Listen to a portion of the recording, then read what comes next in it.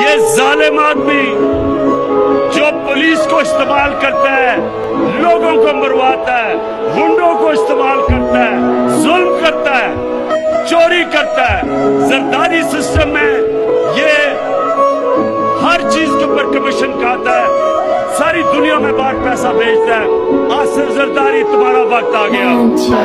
ये चोर जो 30 साल इस मुल्क का खून चूसते रहे हैं, अब इकट्ठे हो गए हैं कि जी मुल्क को इमरान खान से बचाना है।